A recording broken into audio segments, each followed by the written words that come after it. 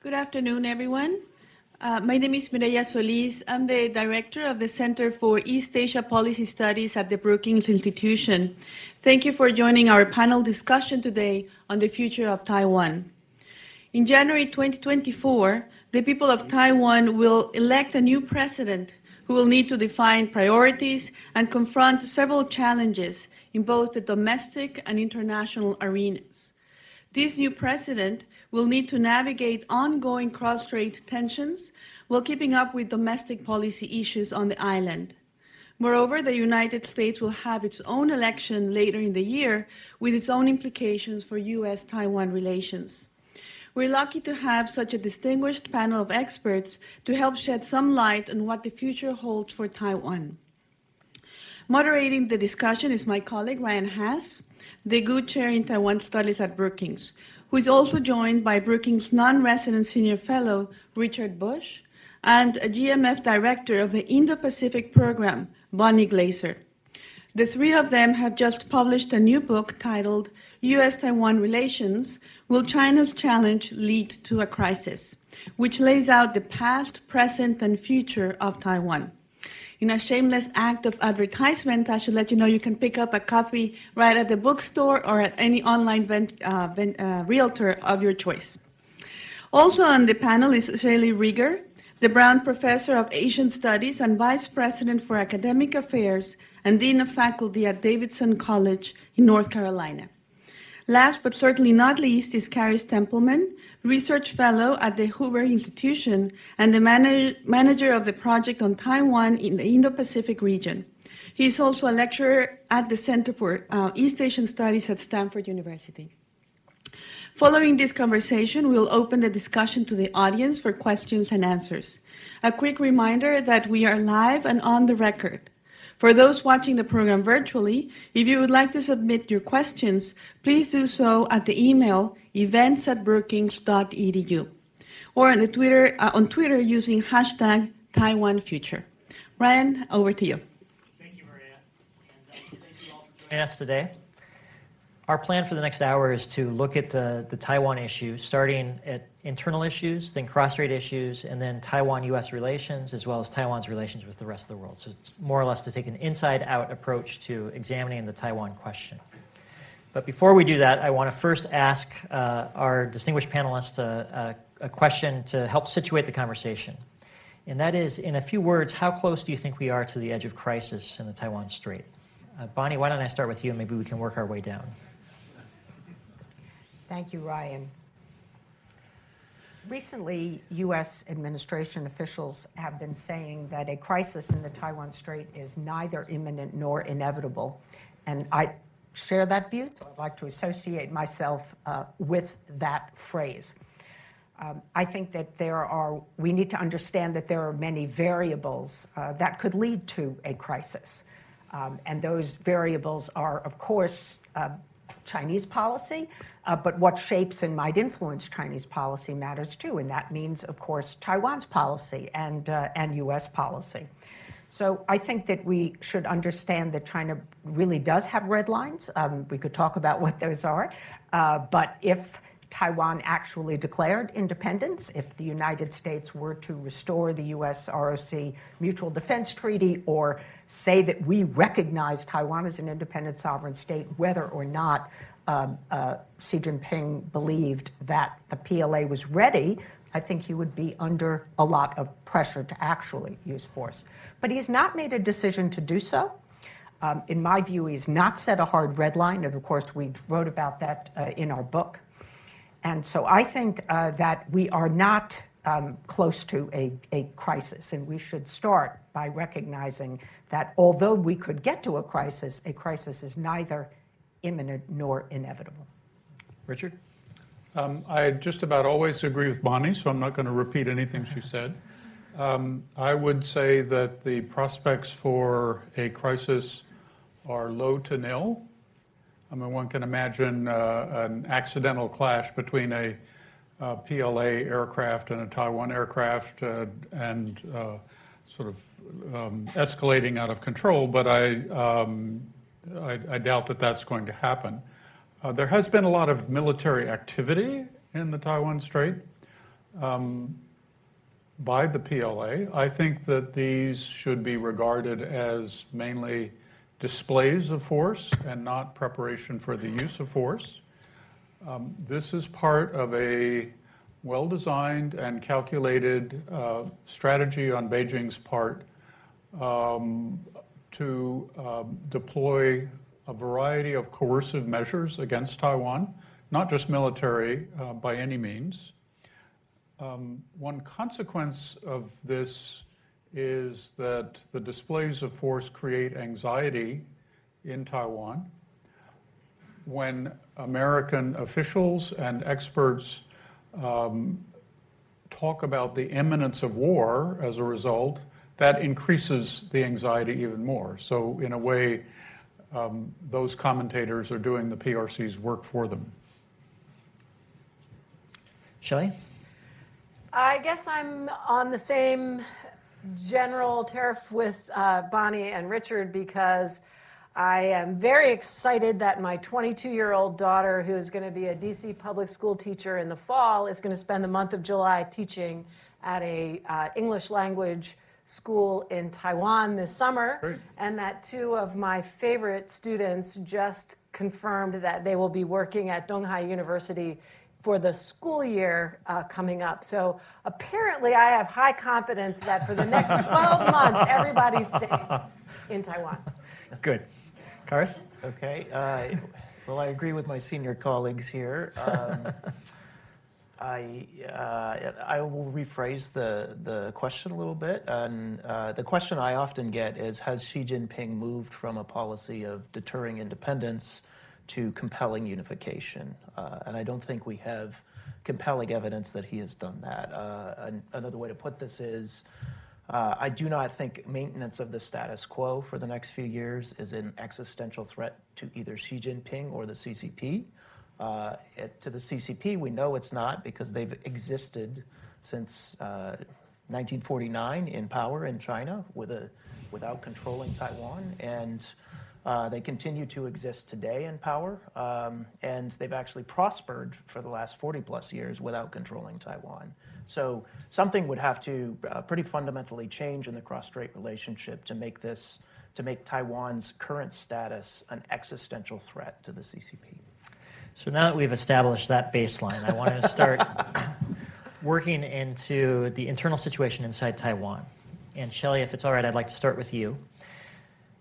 Vice President Lai has been designated as the Democratic Progressive Party's candidate for the upcoming presidential election. He is going to try to carry on after President Tsai's term limited out of office.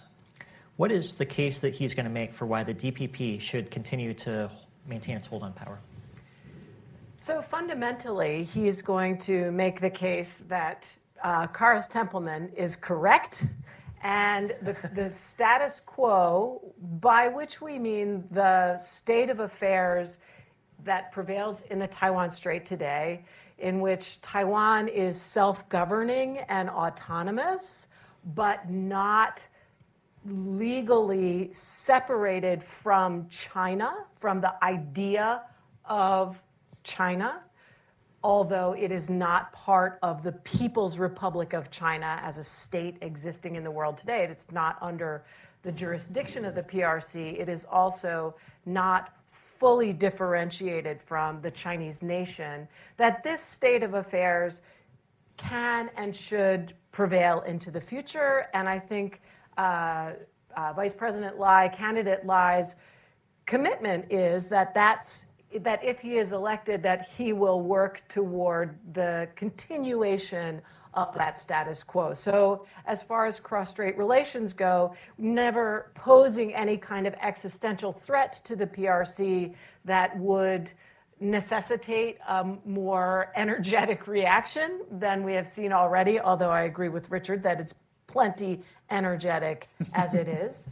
And I think at the same time, Vice President Lai also will be appealing to Taiwanese to look back on the last 8 years of the Tsai administration and observe Taiwan's economic and social performance over those 8 years, which has actually been, I think, objectively speaking, pretty darn good. I was in Taiwan from September 2019 to the end of March 2020. So riding the early months of the pandemic with people in Taipei. And I will tell you, I was way more frightened in the Atlanta airport on March 25th, 2020 than I ever was in Taiwan because of the way that both the society and the government managed the early months of the COVID crisis.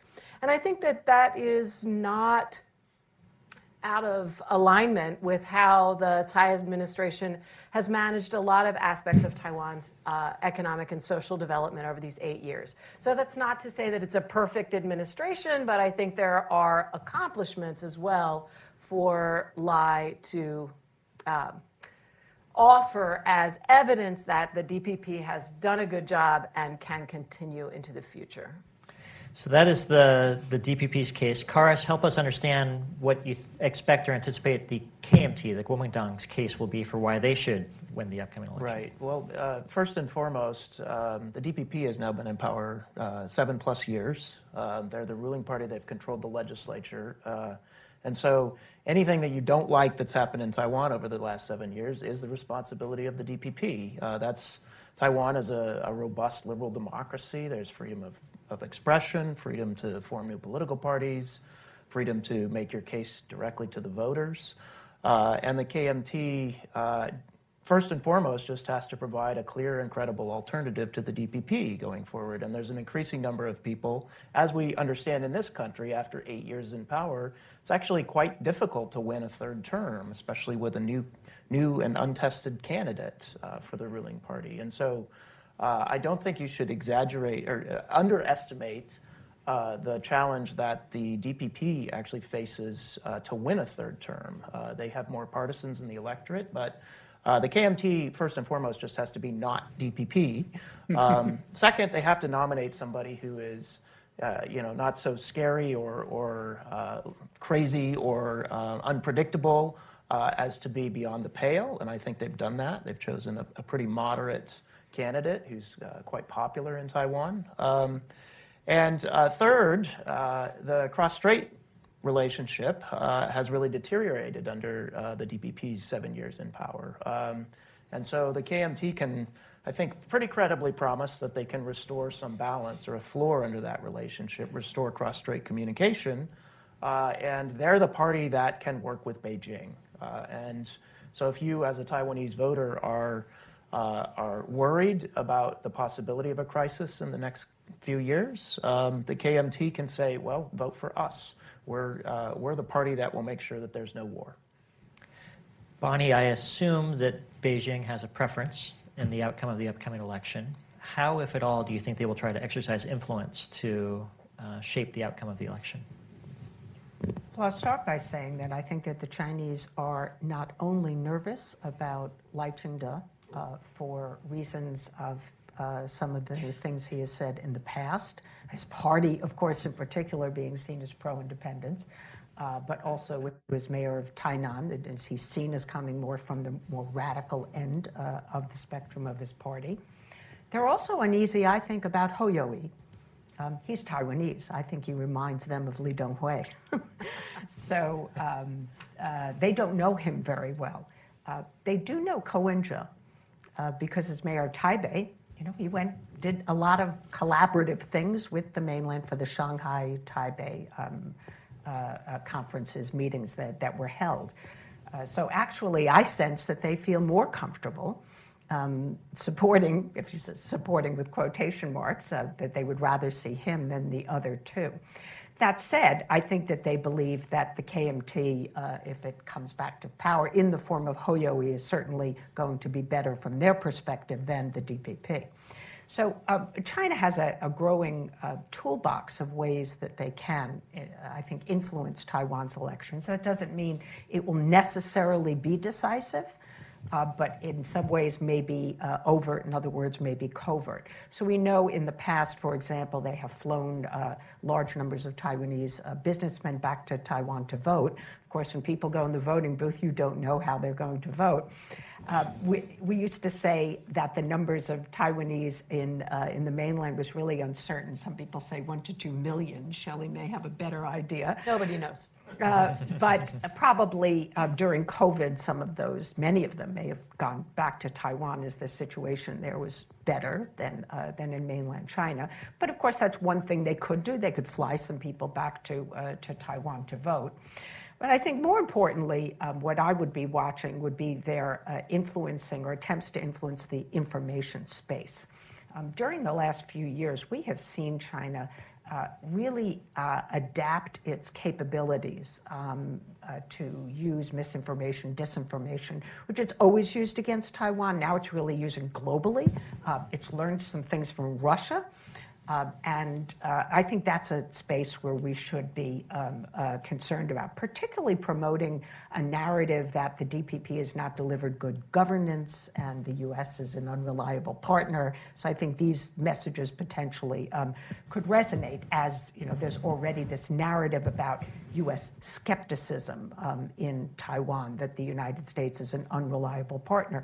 Always been there, but now they could amplify that. And then finally, I think we should pay attention to the subnational efforts. The Chinese have already told the KMT that they will lift, and I don't know if they already have, but perhaps they have, some of the restrictions that were imposed on thousands of Taiwanese agricultural products after Speaker Pelosi visited Taiwan. So they could find ways to perhaps support some of the groups, whether they be related to temples or pro-China groups that work locally in Taiwan. So I'd look for that as well. Richard, you've observed many Taiwan elections closely.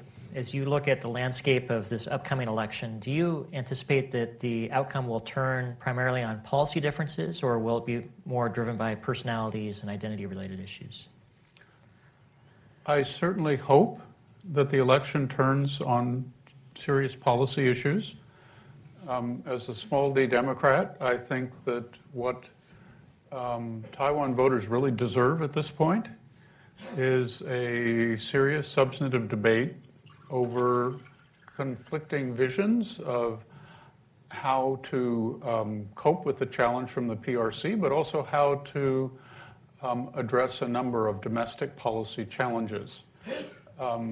Shelley and Karis have outlined what the policy platforms of both the DPP and the KMT might be.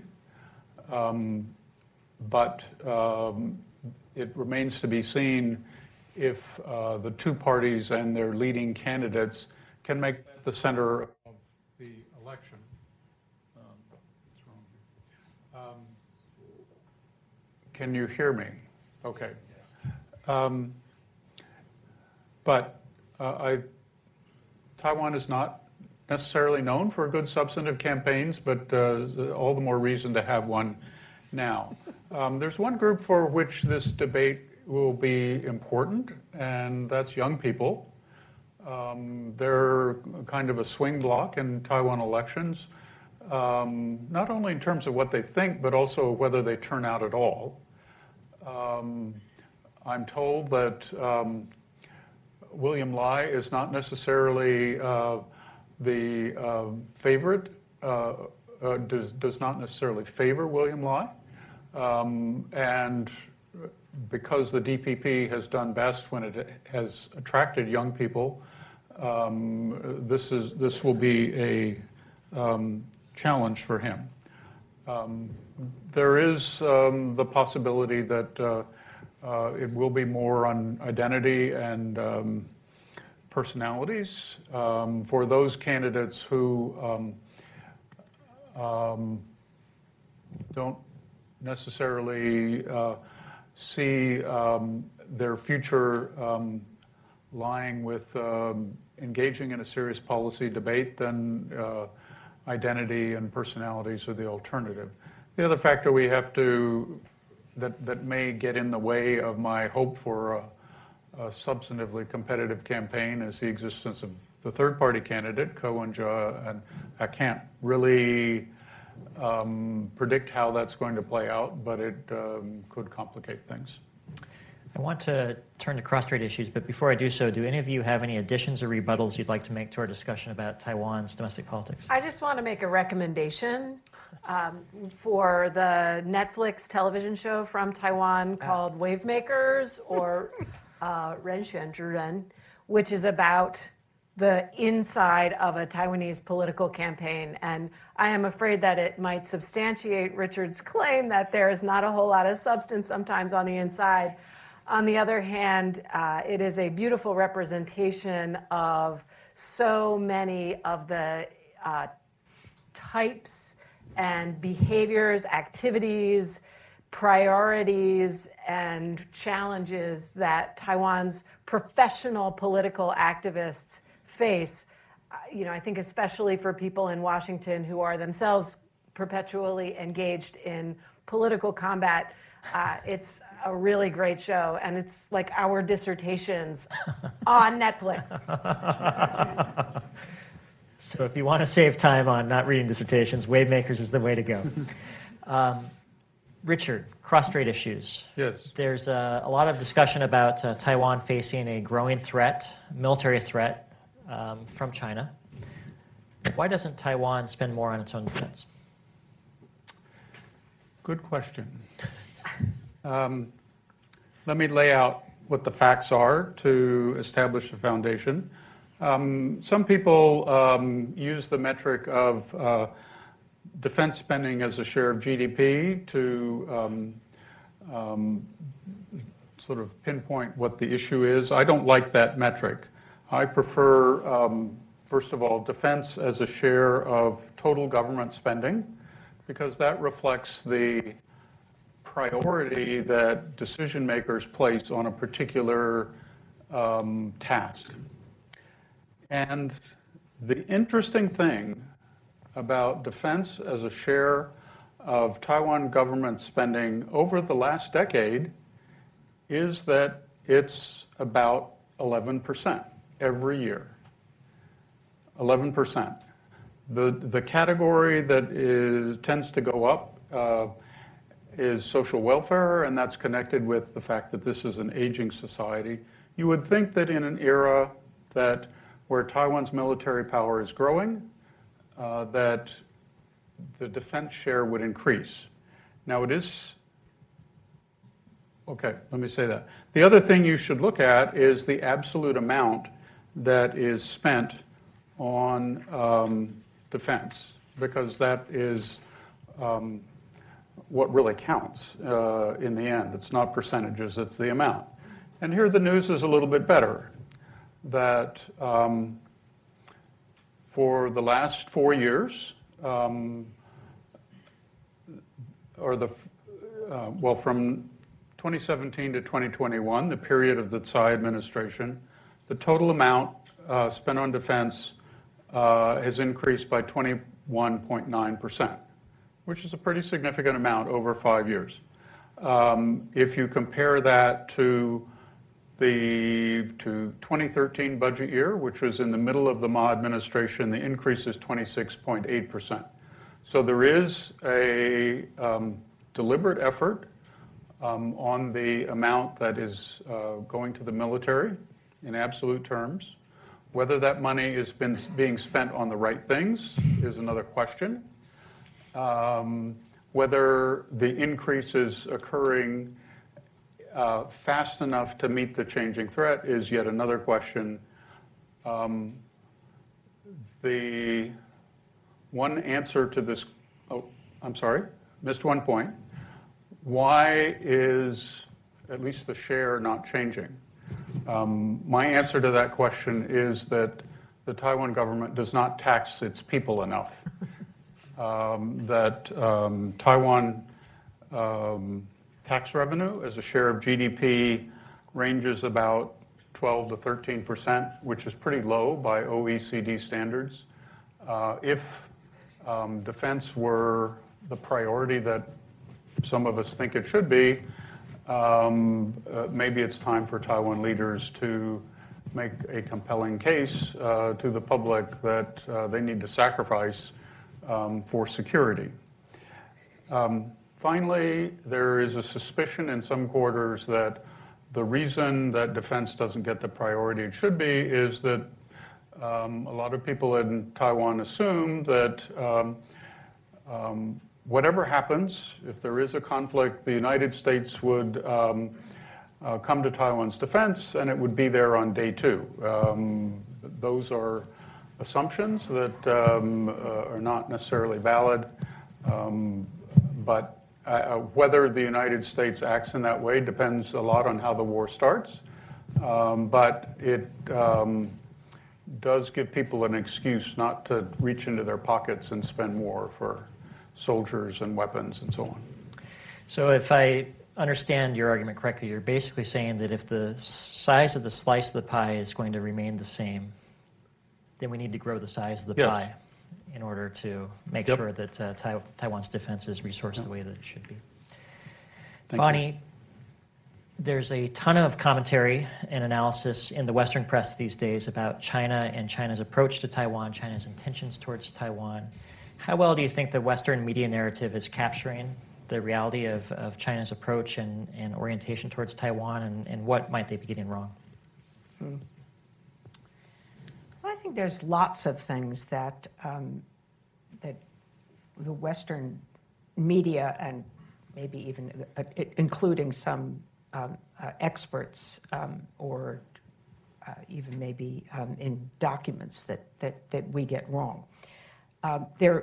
People suggest that Xi Jinping has fundamentally changed his strategy toward Taiwan, and Karis made the point earlier.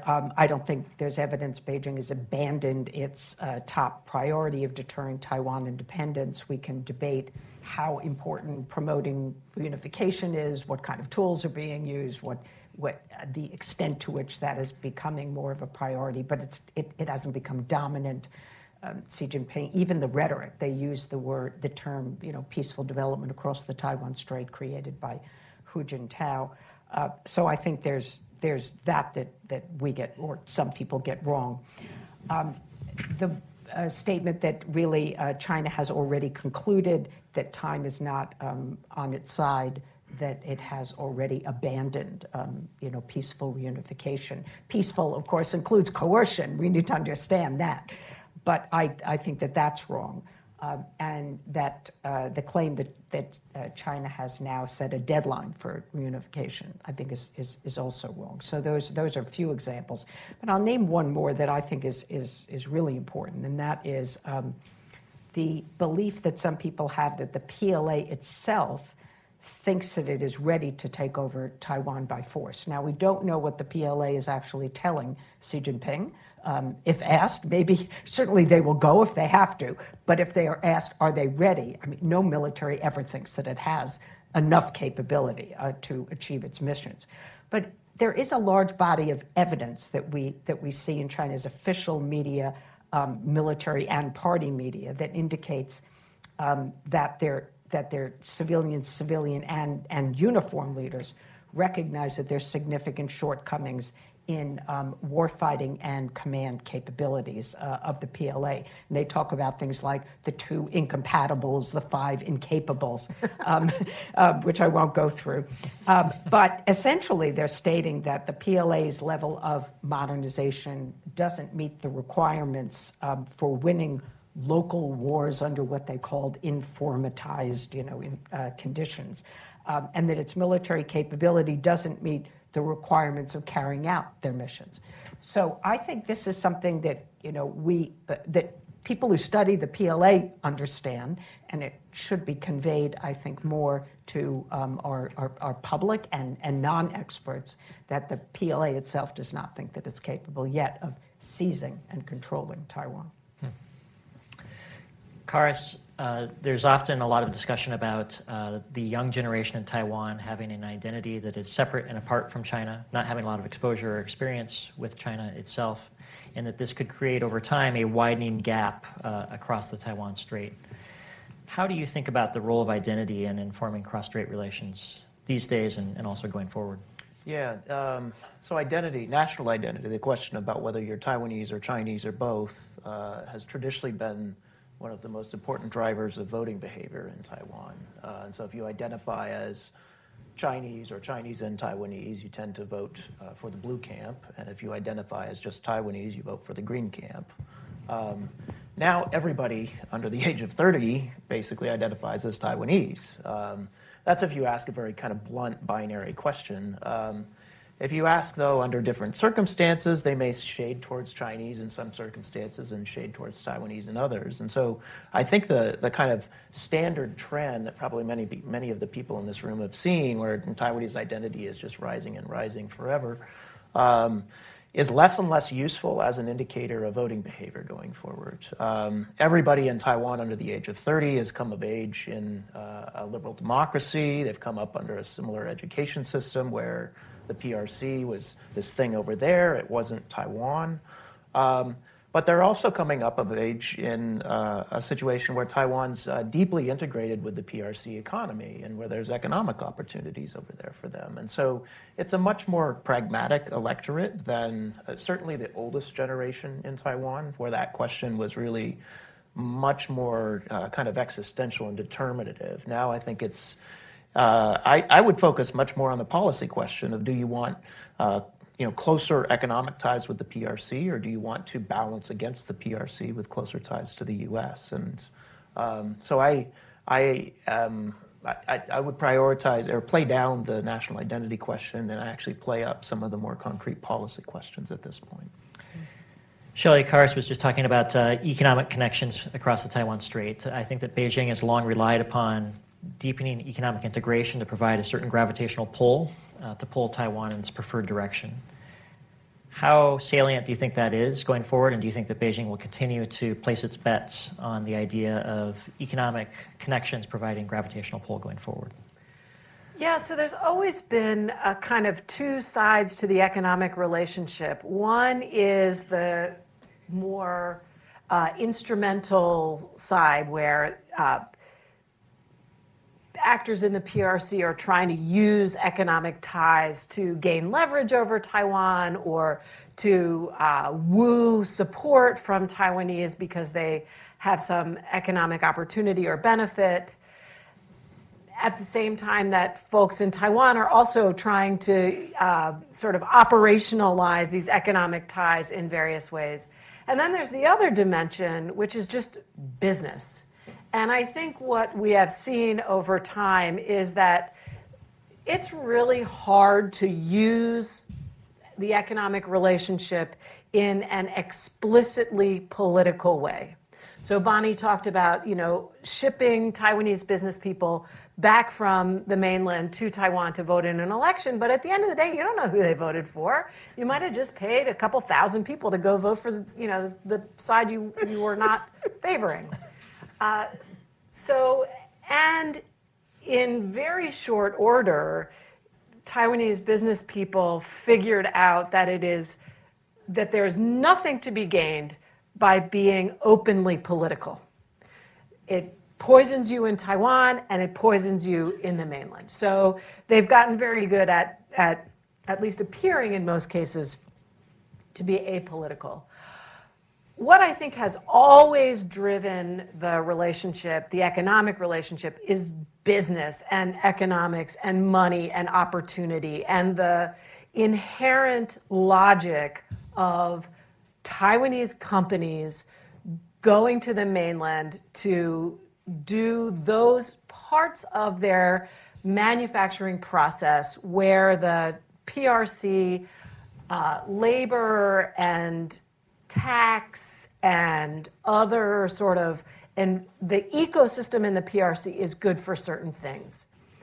And that has not changed that much. The biggest driver of Taiwanese getting out of the PRC for business is actually U.S. policy. The Trump tariffs raised the cost, put a 25% premium on everything you were making in China as a Taiwanese business. So some Taiwanese businesses started to sort of not necessarily leave the mainland, but their growth, they focused outside of mainland China, looking for places where they could manufacture at a lower cost without all of the sort of complications of being in the mainland. But many of the business models that Taiwanese companies use, and the prime example of that is in my pocket. It's probably in all of your pockets too, right? The iPhone. The way this thing is made, it's a whole business model that was invented by a Taiwanese company in mainland China that really can't be replicated anywhere else, because there are not 600,000 people in any town anywhere in the world who will go live on some campus and eat in some cafeteria 3 meals a day and get up at 4 o'clock in the morning to go make iPhones. And that business model didn't exist before Foxconn created it in mainland China. So it's not easy to just decide we're getting out. But it's also clear that the sort of international policy complications, also the cost of production in the PRC is increasing a lot. And then there are these kind of political vulnerabilities that Taiwanese companies are feeling in the mainland. So I think the business logic is still working when it's working to hold Taiwanese companies in the PRC.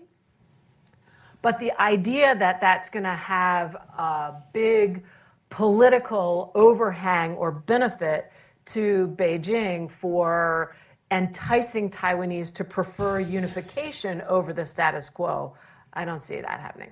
Interesting. I want to move us on to Taiwan's relationships around the world, but before I do leave us from cross-strait issues, is there any final comments that you'd like to offer? I'll just make a brief comment. So since Tsai Ing-wen took office in 2016, trade between Taiwan and the PRC is up quite a bit, 25 to 30%, I think, are the numbers. But direct investment in the mainland is down from about $9.5 billion a year to $5.5. And I was really struck by that when I was looking at the numbers recently. So there's been a deliberate kind of pullback from Taiwanese investors on new projects in the PRC. They're really trying to diversify supply chains away from an over-reliance on the mainland. So to the extent they're plugged into international supply chains, the increasing concern about relying on PRC production is being manifested in their investment decisions now. Well, I think that'll be an important space for us to watch as value chains shift. Does that affect Beijing's calculus over the leverage that they feel like they believe that they have over Taiwan? Bonnie, in your role at the German Marshall Fund, you spent a lot of time in Europe, or talking with European officials. Help us understand how European views towards Taiwan have been evolving in the period that you've been watching. Well, first, I would say that we should not underestimate the impact of Russia's invasion of Ukraine on European thinking about Taiwan. The idea that a major power could invade a sovereign state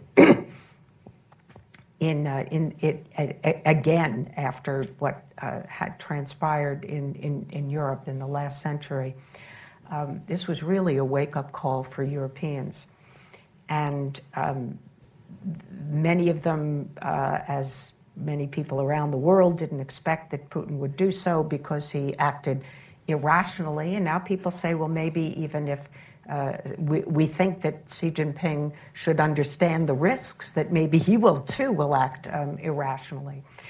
And so there is a concern that deterrence may not hold. And we know there has been a study that was published earlier this year. It was done last year by the Rhodium Group in New York that tried to come up with the estimate of what the impact would be on the global economy if there were, this is the lowest end scenario possible. We all know if there would be war, it would be worse.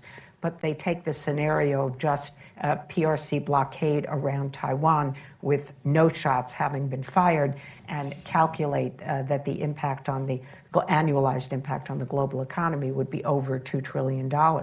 And the Russian impact, the Russian invasion of Ukraine has caused a lot of economic pain in Europe, and it's far smaller than over $2 trillion. So I think that has really captured the attention of Europeans. And I think that there's a lot of discussion in the European Union and in specific countries about what role they can play to strengthen deterrence in the Taiwan Strait. And the willingness of countries to step up varies. And so, of course, we've had more public statements warning that use of force to change the status quo should not be, they should not be used. There's certainly statements we saw as early as June of 2021 when President Biden signed the joint statement with the European Union just about the preservation of peace and stability in the Taiwan Strait. And we've seen that, of course, in South Korea, Japan, lots of other public statements. There's also private warnings that are being given to Xi Jinping by leaders that warning him that there might be even sanctions that could be imposed on China if China used force against Taiwan. And then there's, I think, countries that are quietly permitting their companies to sell components to weapon systems for Taiwan that in the past they were unwilling to do. And of course, there's willingness of many countries to send parliamentary delegations. More and more countries in Europe are sending parliamentary delegations to Taiwan, and some willingness to talk to Taiwan about creating resilient supply chains. And there's the chip for alliance, would be sort of another example that involves several countries. So I think there has been very much a wake-up call, a willingness to recognize that the actions of Europe, the statements that they make, the things that they do could make a difference, and that they do need to step up and contribute to preventing that catastrophic war from taking place. Well, picking up where Bonnie left off, there is a view that's popular in certain parts of Washington, Karas, that it's necessary to hype the threat of war in order to waken the world to the risk that Taiwan faces. Can you help us sort of think through whether this is helpful or harmful for Taiwan? So the short answer, it doesn't help. And I understand, I know some of the people who make these arguments that the U.S. government is a really kind of awkward, clumsy machine, and you have to create a sense of crisis in order to get it really to change direction. And I understand that argument.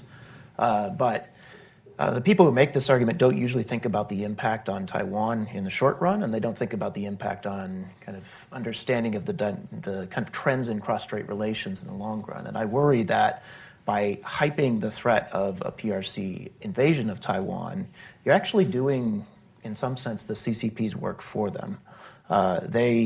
It's in their own interest to have the world believe that they will bear any burden and pay any price to reclaim Taiwan, reclaim being their word, and sooner rather than later, because they want the rest of the world to think the price is too high, we will capitulate. And they want the Taiwanese to believe that as well. And so the greater the sense of crisis and the sense that Xi Jinping will pay an enormous price to take Taiwan, the more likely it is the rest of the world thinks it's not a problem we want to deal with, and we're just going to capitulate. And so I reject that argument. I think there's good reason to believe that we can maintain peace and stability across the Taiwan Strait for the foreseeable future. And I think our own discourse in this country about the threat needs to, I understand, again, the need to create a sense of urgency to increase our own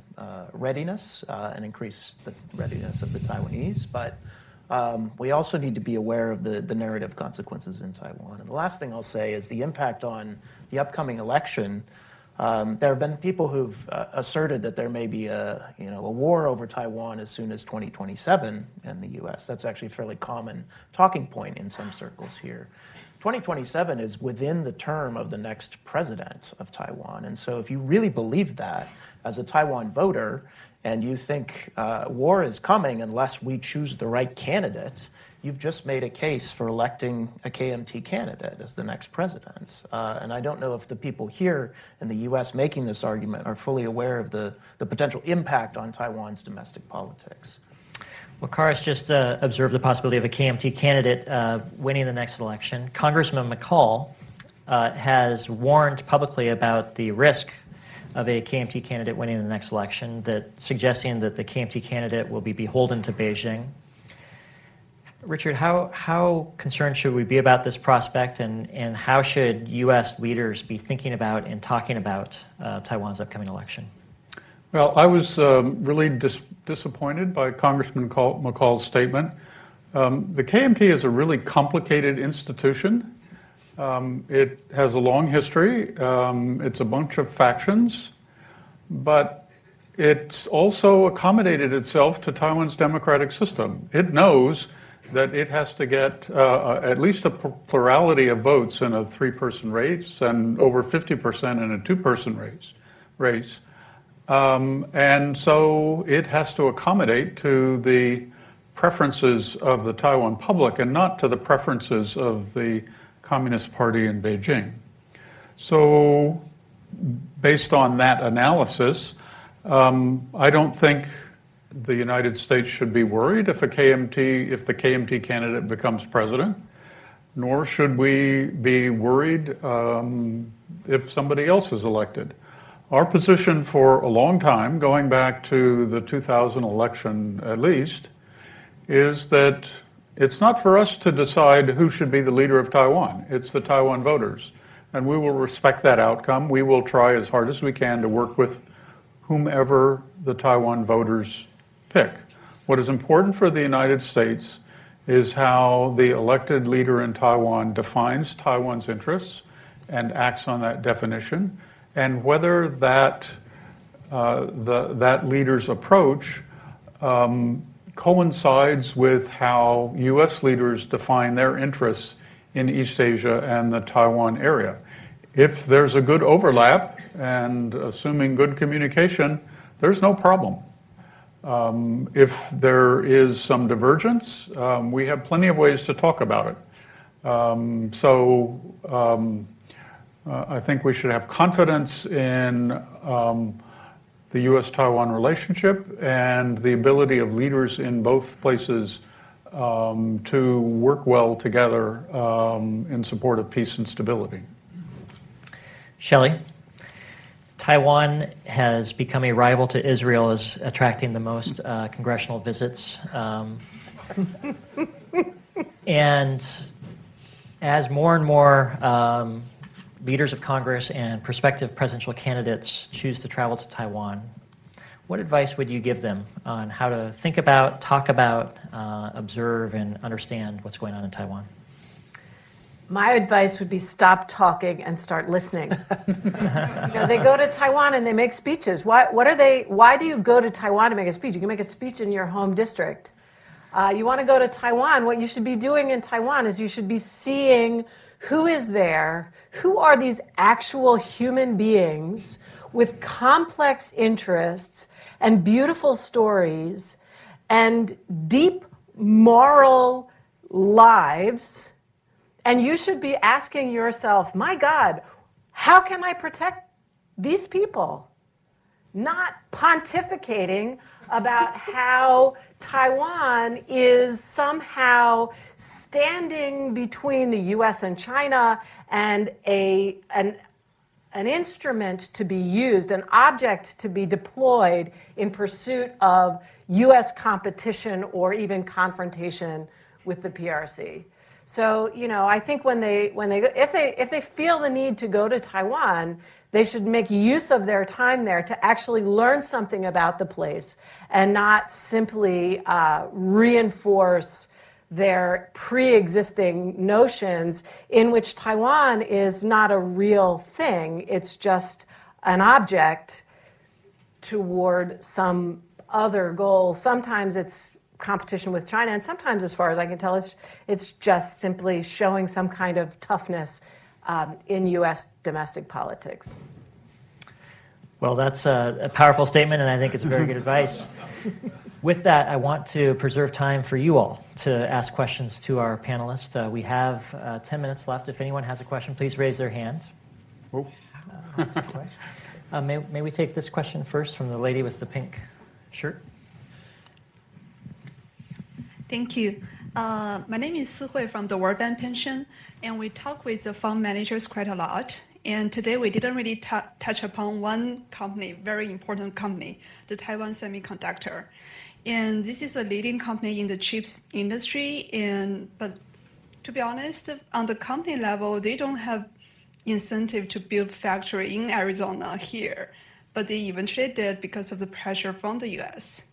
And currently, the chips produced here is still like one generation behind the one like produced in the headquarters. But once that catch up, do you think that will change any incentives for the U.S. On the policy in Taiwan? I can take that. Sure.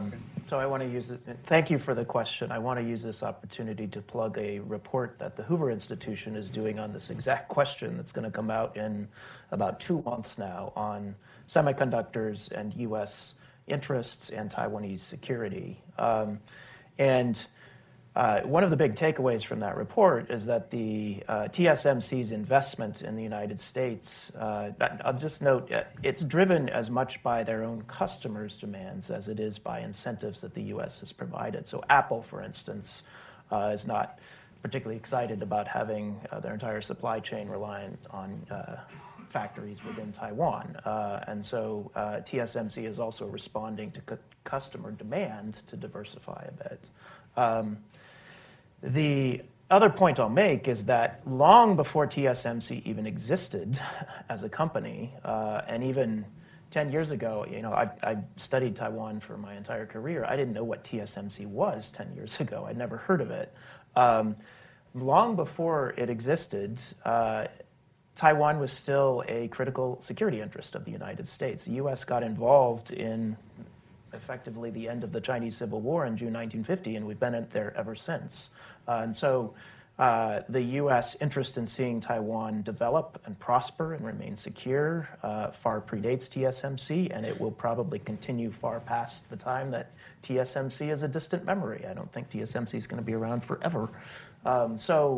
Yeah, I don't think TSMC is actually the central piece of U.S. interest in Taiwan now. And frankly, it's not China's central interest in Taiwan either.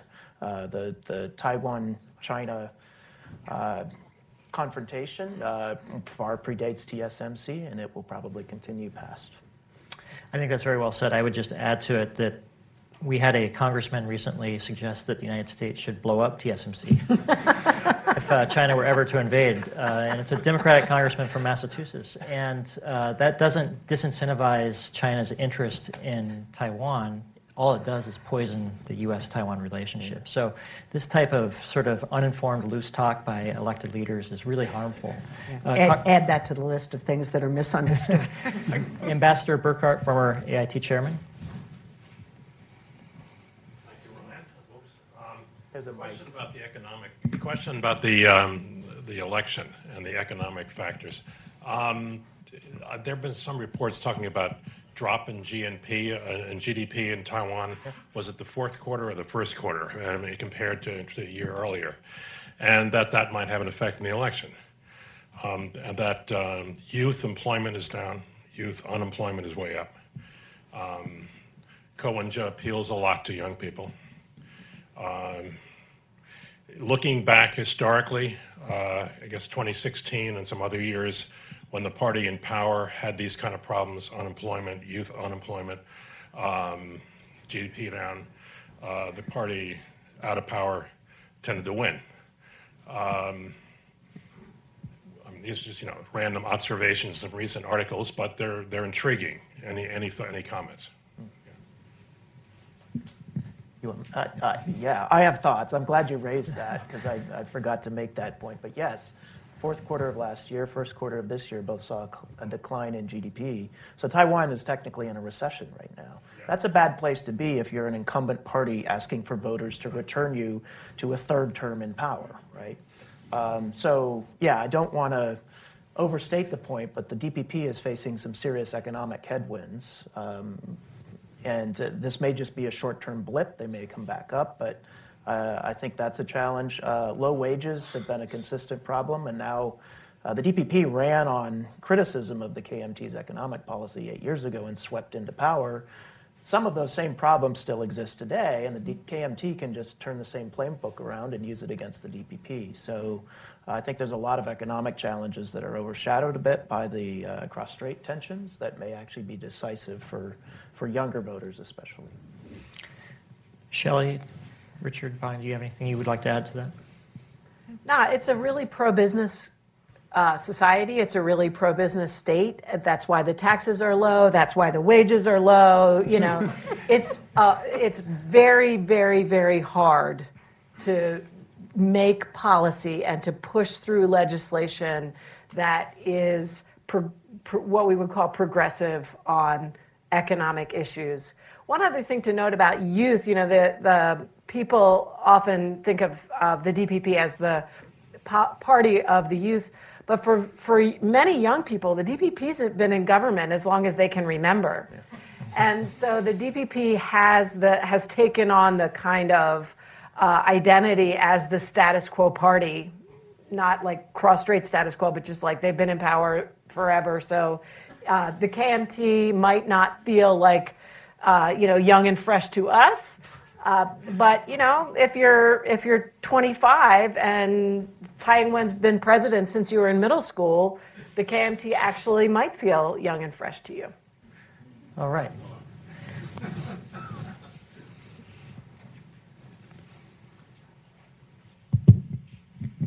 I am a fellow of the National Endowment for Democracy. I am interested in the Chinese influence in Taiwan's elections. Taiwan is at the front line of China's influence warfare.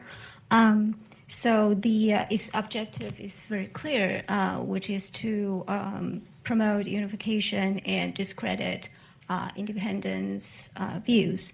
And so in the 2020 presidential election, some of the specific narratives is democracy is a failure and the Chinese model is better than democracy.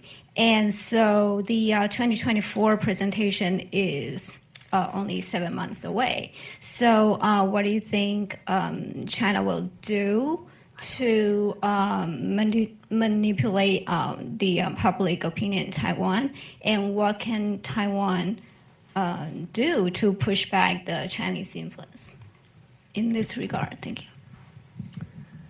Well, thank you. I know that Bonnie has already weighed in on this question. Do either of the three of you have any additions that you would like to offer?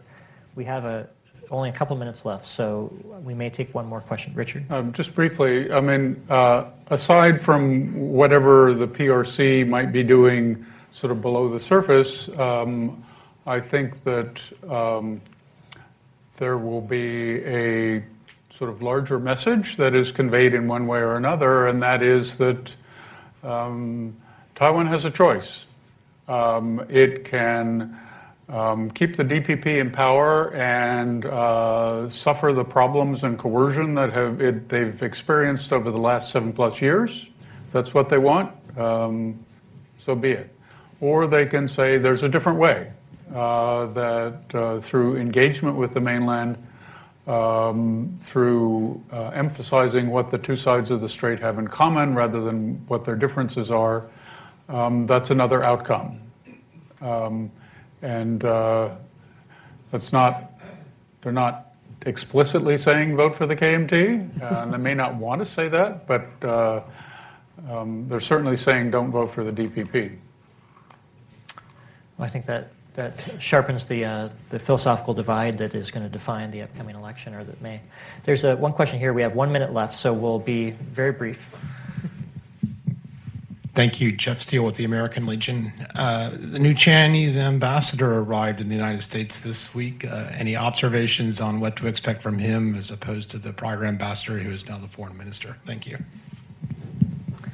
Question on Xie Feng's arrival and Qin Gang's departure. Well, I think it's interesting that just in his first 24 hours here, Xie Feng made a statement in New York, and then apparently, obviously, these statements were prepared in advance, but they released a statement to all of the Chinese PRC compatriots living in the United States and students who were studying here from China, encouraging them to do what is necessary to support the mainland and its interest in quoting Xi Jinping. So I think that's noteworthy. The embassy is watching you and encouraging people to do the right thing and not do the things, of course, that they don't want to see. So I think that's one thing. Secondly, is I would just say that I think Xie Feng is very experienced. He has been in charge of U.S. affairs for a long time. He knows many of the players who will be his interlocutors here. And he knows how to be effective. And he has worked in some ways that have, I think, been helpful. I will cite an example that did not involve the United States, but he was one of the players who helped to bring across the finish line the final release of the two Michaels back to Canada. Obviously, a decision made much higher than him, and with the release of Meng Wanzhou, which was obviously part of that deal. But some people term him to be a real wolf warrior. Any Chinese diplomat knows how to defend China's interests when they need to, and we should fully expect that he will do that as well. I mean, I would only add that Ambassador Xie, whom I know and respect, he will be an implementer of Beijing policy. Sure. And if there is an understanding at the highest levels of the United States government and the PRC government that it is time to stabilize our relationship, time to lay a solid floor, then he will be a good implementer of that approach, mainly because he is so well known here and already is acquainted with many of the people in the U.S. government with whom he would have to deal. Well, with that, I'm afraid that our time is up. Please join me in thanking this panel. So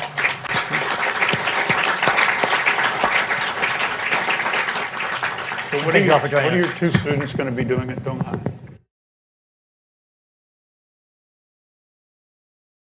A Russian man claiming to hold top-level secrets about Russian advanced bombers has just turned up at the U.S. southern border, seeking asylum. The man claims to have been an engineer at a production facility over in the city of Kazan, and he says that he possesses top-secret information about the White Swan Tu-160, which is the most advanced bomber in the Russian arsenal. U.S. border officials, they interviewed the man, and they determined that his story was in fact credible and eventually passed him off to the FBI, who are still in the process of interrogating him right now. However, analysts have pointed out that the fact that the story was even leaked to the public is an indication that perhaps the American government is encouraging other Russians who also hold top-level secrets to also escape to America. And if you thought that was interesting, well then you should click on that button below this video and check out Epic TV, one of the best no-censorship video platforms on the